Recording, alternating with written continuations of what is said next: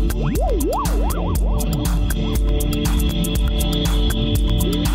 better part of a man is soon plowed into the soil for compost. By a seeming fate, commonly called necessity, they are employed, as it says in an old book.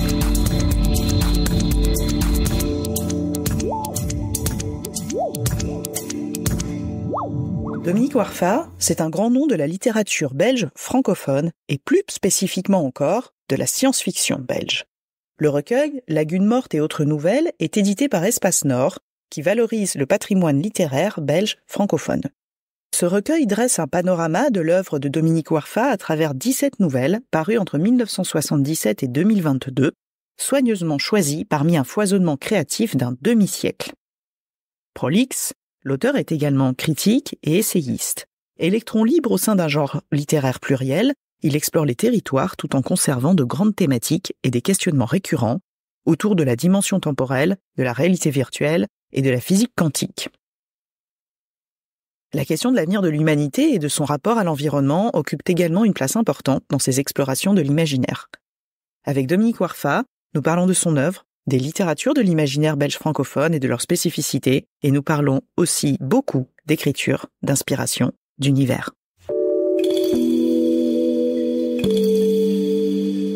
Bonjour Dominique. Bonjour Tara. Est-ce que vous pouvez, un petit peu pour commencer, nous parler de la science-fiction belge francophone dont vous êtes un représentant? Quelles sont un petit peu ses caractéristiques, ses noms, dans les grandes lignes, parce que je pense qu'il y a beaucoup à dire. Ma foi, oui. Encore que l'aspect science-fiction de l'imaginaire belge n'est pas celui qui est très souvent celui qui est mis en avant le plus souvent. À l'heure actuelle, pourtant, un certain nombre d'auteurs travaillent bien, des auteurs jeunes d'ailleurs, dont une bonne partie de dames. Mais de la science-fiction pure, telle qu'on en trouve aux États-Unis ou encore en France, il y en a beaucoup moins. L'imaginaire belge, depuis très longtemps, est considéré comme étant essentiellement constitué du fantastique. On peut citer Jean Ray, Thomas Owen, Gérard Prévost, Jean-Baptiste Barognan. Donc la science-fiction a dans cet univers-là parfois un petit peu de mal à émerger en tant que tel, mais de mon point de vue, c'est pas spécialement gênant. On mélange les genres et c'est très très bien comme ça. Parmi les auteurs actuels, par exemple, une des plus grandes plumes, en tout cas des plus intéressantes, est un auteur qu'on qualifierait de fantasy, à savoir Stéphane Plateau, dont le cycle du Sentier des Astres paraît aux éditions des Moutons électriques, et qui quelque chose d'absolument fabuleux, avec un syncrétisme entre les sociétés et les religions absolument remarquable. Ça, c'est un point. Katia Lanero Zamora, liégeoise comme moi, vient de publier chez ActuSF un diptyque qui est une sorte, mais pas tout à fait, d'Uchronie reprenant son histoire familiale, à savoir la guerre civile espagnole. Et voilà, on pourrait encore en citer d'autres, Anne-Sophie de Vries, par exemple, avec les biotanistes chez ActuSF également. C'est un peu difficile de dresser une liste comme ça ex abrupto. Il y a eu d'autres auteurs, dont des auteurs très populaires tels qu'Alain Lebussy, décédé malheureusement depuis déjà un moment, qui publiait lui au Fleuve Noir une science-fiction très classique, très populaire, mais ma foi avec un bon créneau. Et voilà à peu près. Je ne veux pas me mettre en avant, mais le fait que Espace Nord ait publié mon recueil voici maintenant quelques mois, c'est le témoin quand même du début d'une certaine reconnaissance de l'existence de la science-fiction belge par ce qu'on appelle généralement les institutions. Espace Nord serait quand même la collection patrimoniale de la littérature belge. Et voilà. Je ne sais pas si ça répond entièrement à la question. Mais tout à fait. Il va d'ailleurs y avoir un livret pédagogique autour de votre de votre recueil Lagune morte. Est-ce que vous pouvez en dire un petit peu plus? En quoi cela va consister pour vous et pour la science-fiction belge francophone? L'aspect pédagogique. Oui. Ma foi, j'ai été mis au courant par la bande, enfin, j'exagère dans la mesure où on en avait parlé, mais on vient de me demander une photo pour illustrer le livret pédagogique en question. Espace Nord fait ça assez régulièrement pour un certain nombre de ses titres, et ma foi, c'est à la fois comment dirais-je, valorisant pour l'ego de l'auteur, mais aussi intéressant pour la diffusion de son écriture auprès d'un public qui n'est pas nécessairement celui qui suit la collection ou qui suit le genre en particulier.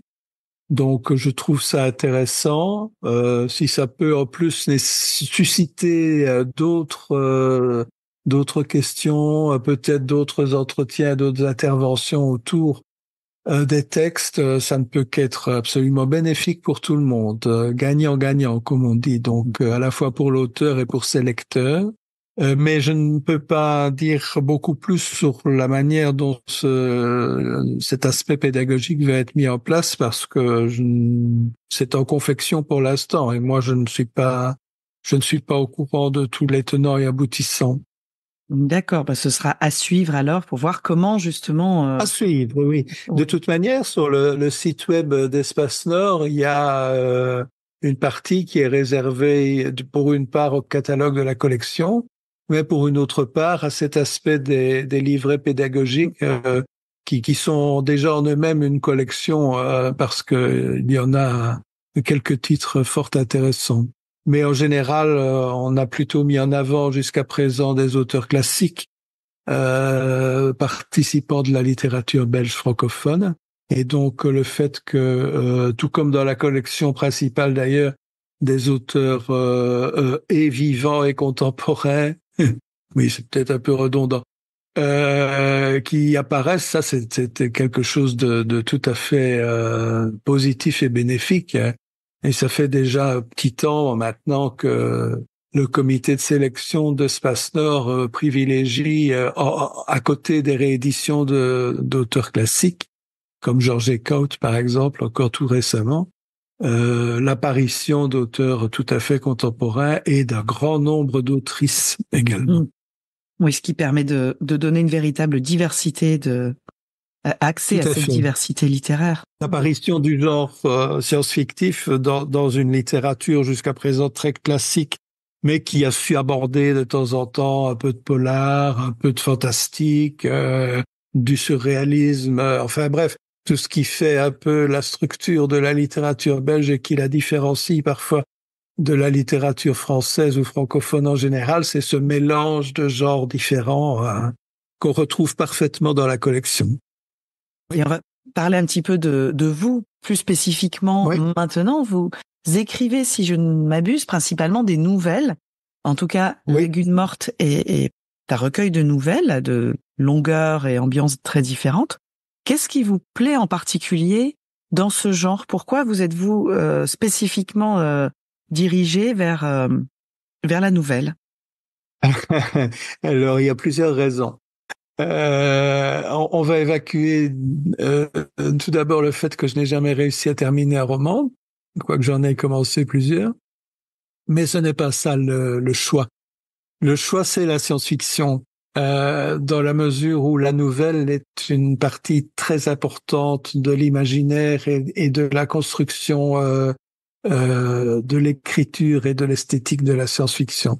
À peu près tous les grands auteurs, même ceux qui par après ont écrit d'énormes romans ou des romans qui sont devenus des chefs-d'œuvre du genre, ont commencé par écrire des nouvelles. Et ça ne signifie pas qu'il faut commencer par là pour faire autre chose après. On peut très bien se contenter d'écrire des nouvelles, c'est ce que je fais. Pourquoi? Parce que c'est un petit peu un défi à chaque fois, où il s'agit de construire, comme disait Philippe Dick, un univers qui ne s'effondre pas tout de suite, d'y mettre des personnages et d'y installer un récit qui va être complet en tant que tel. C'est-à-dire pas ce qui pourrait être un chapitre d'un roman, non. Un récit qui a un début, un milieu et une fin, certes, mais qui se suffit à lui-même et qui développe une idée, une vision du monde, la manière dont les personnages réagissent à l'univers mis en place, et tout ça en une taille qui, effectivement, vous l'avez souligné, peut être diverse, courte nouvelle ou novella déjà assez longue, mais qui se referme sur elle-même et qui ne nécessite pas un investissement de la même manière qu'un roman de 500 pages, sans décrier du tout les romans de 500 pages. Moi, c'est ma longueur préférée. Alors, j'ai, paraît-il, tendance à écrire des nouvelles qui, de temps en temps, deviennent un peu longues.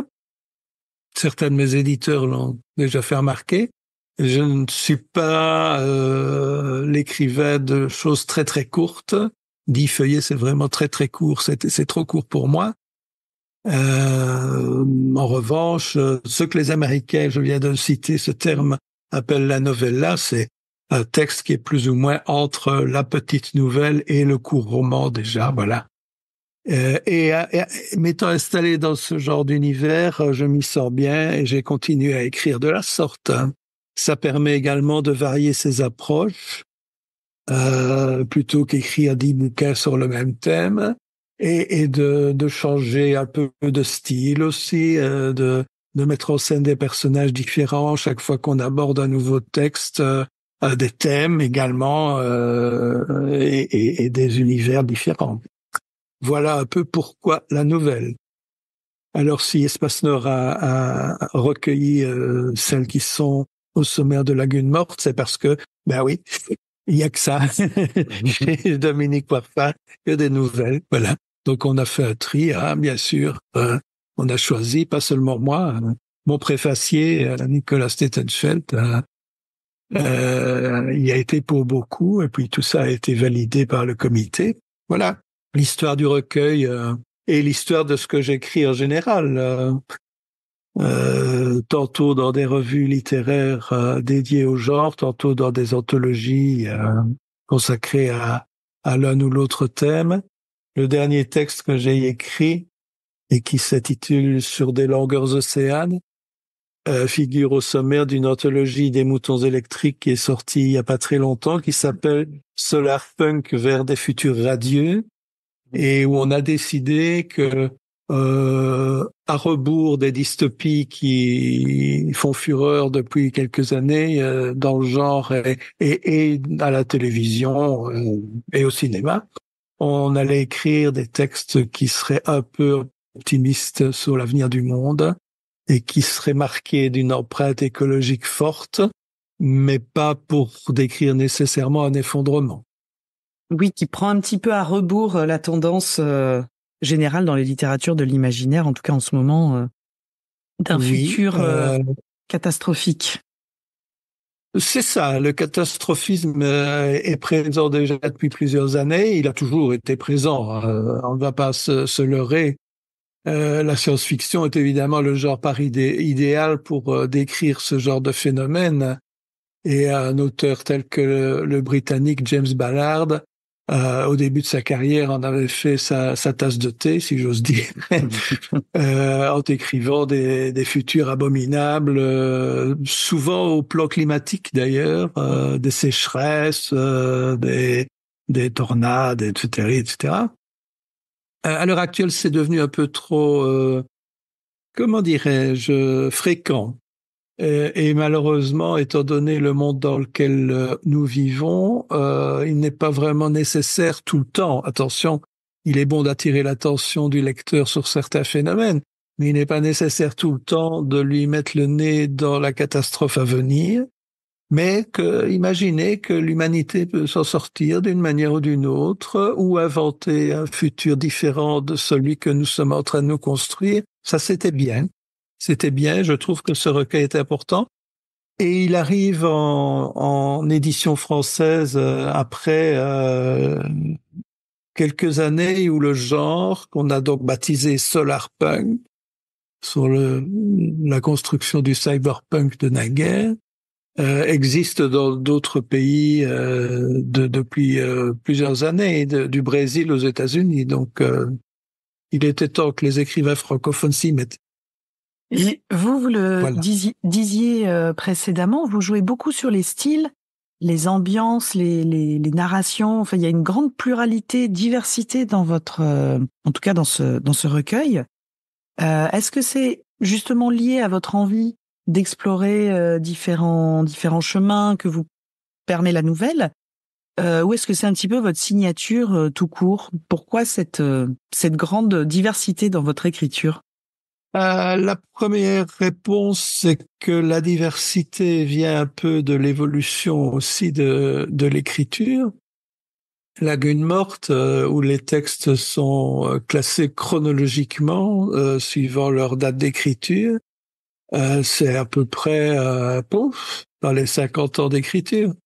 Alors, je n'écris pas beaucoup. Mais enfin, voilà, je n'écris plus en 2024 comme j'écrivais en 1974. D'autre part, oui, il y a cette envie d'aborder les choses de manière différente. On peut déjà le faire simplement par le sujet que l'on choisit, mais c'est bien aussi de doubler le sujet par une approche stylistique qui lui soit reliée assez profondément. J'ai toujours trouvé qu'on ne devait pas séparer fond et forme. Et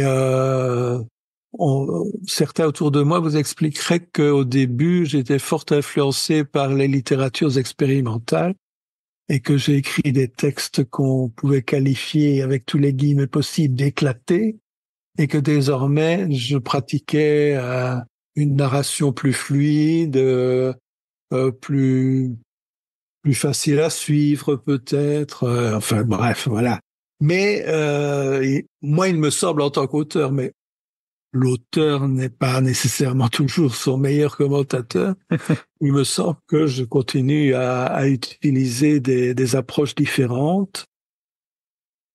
Et ma foi, tout tourne quand même toujours autour du noyau dur et du cœur de la science-fiction en elle-même.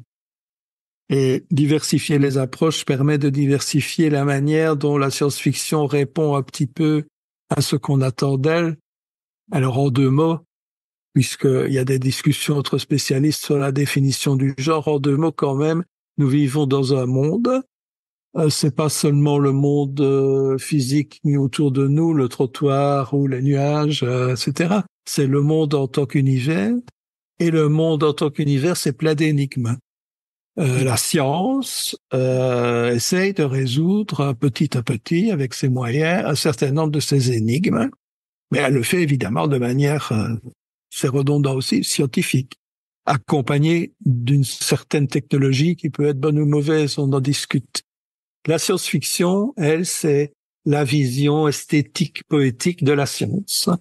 Et toujours au cœur d'un texte de science-fiction, j'allais dire d'un vrai, mais bon, ça n'a pas beaucoup de sens, mais de ce qui distingue la science-fiction d'autres choses telles que le fantastique ou la fantasy, toujours il y a cette interrogation et la réponse esthétique que le genre essaye de donner aux énigmes de l'univers.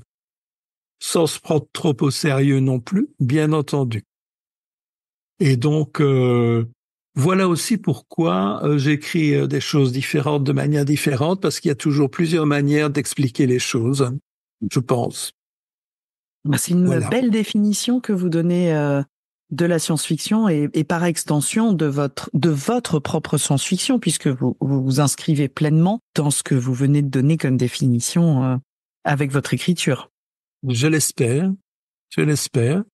On le croit un peu autour de moi puisqu'on publie, donc ça n'est pas fait en dépit de tout. C'est fait avec un certain retour. Je n'oserais pas dire un certain succès, mais un certain retour de la part d'éditeurs d'abord, que je salue parce que ce sont aussi des partenaires avec lesquels on travaille sur un texte avant qu'il soit publié. de lecteurs surtout, qui diffusent le plus possible les textes en question. Oui, c'est peut-être une belle définition, mais je sais qu'on en a fait tellement que la mienne n'est pas la seule. Hein. Il suffit d'ouvrir des ouvrages théoriques sur l'histoire ou les thématiques de la science-fiction pour trouver des citations de nombreux auteurs qui ont chacun à peu près leur propre définition du genre. Moi, ce qui m'intéresse, c'est, comme je viens de le dire, ce qui différencie le genre. C'est peut-être une définition en creux aussi, hein. À part la vision poétique de la science, c'est aussi une vision en creux, c'est-à-dire ce qui différencie fondamentalement la science-fiction d'autre chose. Ce n'est pas du polar, ce n'est pas du fantastique, ce n'est pas de la littérature générale, ce n'est pas de la fantasy qui a beaucoup de succès, très mérité quand il s'agit de Stéphane Plateau que j'ai cité tout à l'heure. Voilà, c'est autre chose. Et cette autre chose, pour certains, n'est pas toujours quelque chose de facile à définir. Et je pense que cette vision d'un genre littéraire comme réponse à l'énigme qui nous entoure, c'est pas mal. Et vous disiez ne pas écrire beaucoup. Qu'est-ce qui déclenche chez vous l'envie d'écrire un texte et cette construction? Comment travaillez-vous un petit peu, surtout si vous n'écrivez pas beaucoup? J'ai jamais été écrivain à temps plein, donc d'une part, ceci explique cela. Cela dit, j'ai quelques camarades qui ont eu aussi une vie professionnelle très remplie et qui ont pourtant écrit beaucoup plus de pages que moi. Maintenant, donc à dire que je me disperse parfois un petit peu. La première explication sur le volume restreint, c'est que j'ai aussi fait pas mal de critiques, de recherches, de théories sur la science-fiction générale, sur la science-fiction belge en particulier. J'ai tenu des chroniques dans la presse et des choses comme ça, voilà. Quant à l'écriture et à son déclenchement, c'est fort divers également. Ça peut être un article dans une revue de vulgarisation que je lis beaucoup. Ça peut être une discussion, ça peut être l'envie de rebondir sur quelque chose qu'on entend et que l'on juge mal expliqué ou tout à fait à côté de la plaque. Ça peut être aussi tout simplement l'envie de raconter une belle histoire, de s'immerger dans un univers. Et je peux vous raconter une expérience assez récente. Il existe un auteur français, Michel Demuth, qui a été un grand auteur de science-fiction français, décédé depuis assez longtemps malheureusement, qui a été aussi un grand éditeur. C'est lui qui a fait traduire Dune, non, qui a traduit Dune quand la version française est arrivée. Donc le roman, pas le film. Hein. Oui, j'imagine. Et qui avait créé un cycle, une sorte d'histoire du futur, comme un certain nombre d'écrivains de science-fiction aiment en écrit. Il s'appelait Les Galaxiales, et que son décès l'a empêché de terminer. Et il y a 3 ou 4 ans, avec l'éditeur Le Bélial, quelques auteurs et surtout un anthologiste qui a aiguillonné tous les auteurs, ont décidé de clôturer le cycle parce que Demuth avait écrit un schéma de son histoire du futur en donnant déjà des titres à des nouvelles qu'il n'avait jamais écrites. Et donc on s'est réparti les textes, ou plus exactement leurs titres, et on s'est immergé dans l'univers de Michel Demuth pour essayer de continuer ce qu'il avait fait, mais avec notre propre sensibilité, bien entendu.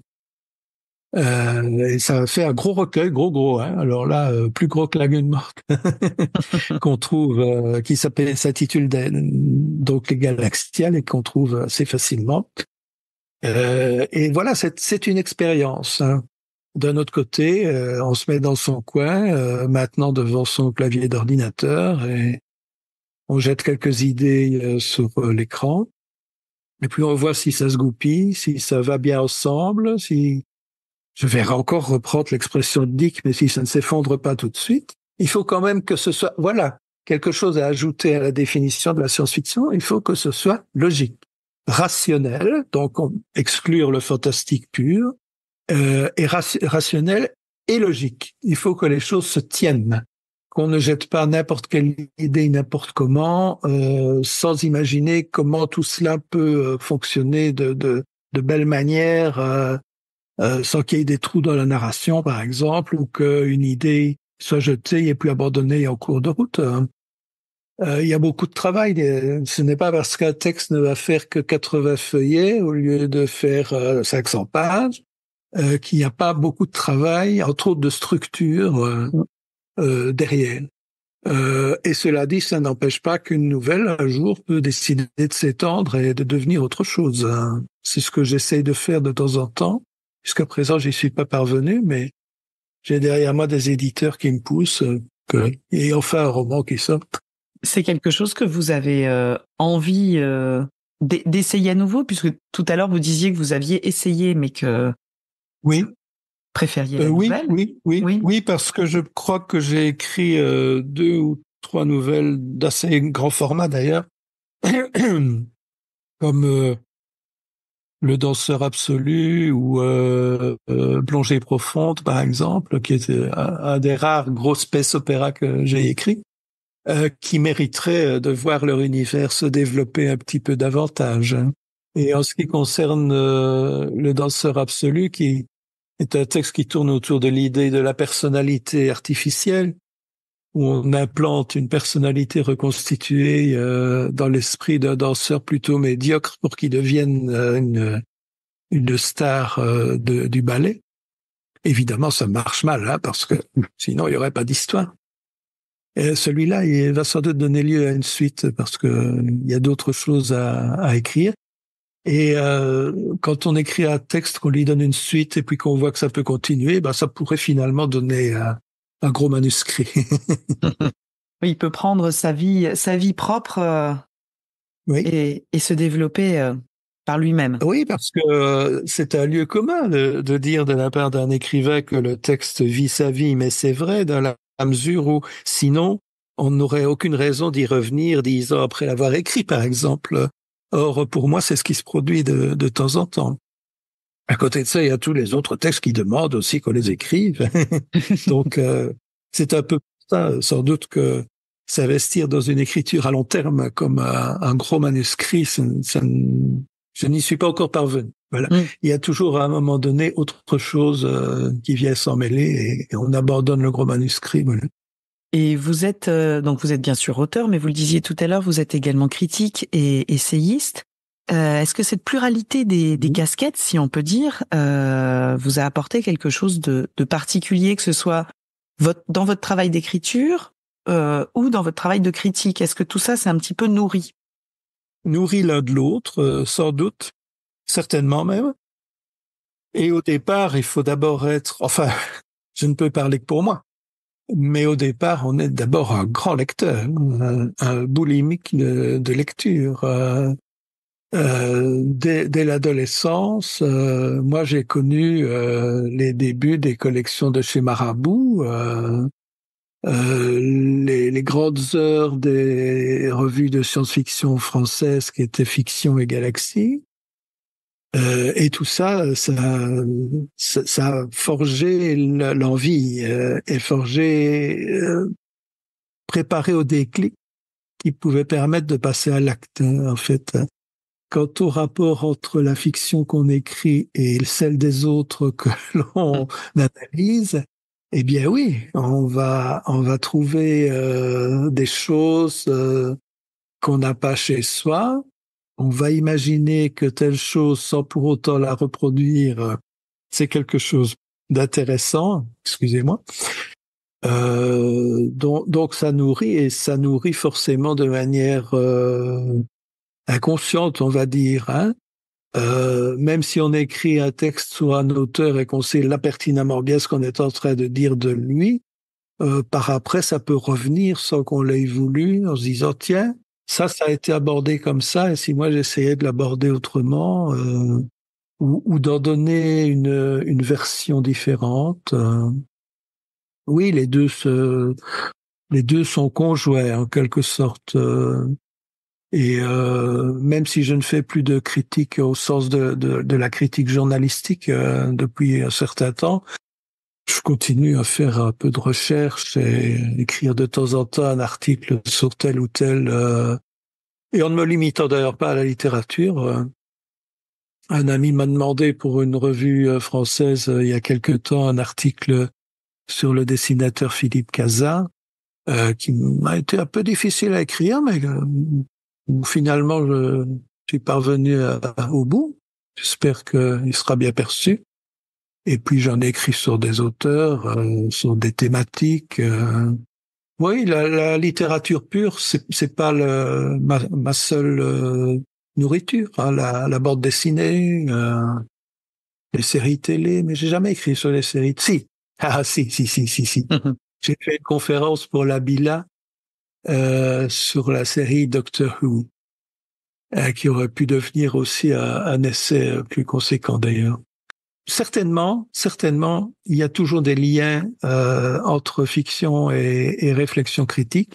Le tout est de ne pas laisser l'un manger l'autre, et en particulier faire en sorte que la vision critique qu'on a de certains autres auteurs ne vienne pas contaminer ce qu'on est en train d'écrire soi-même.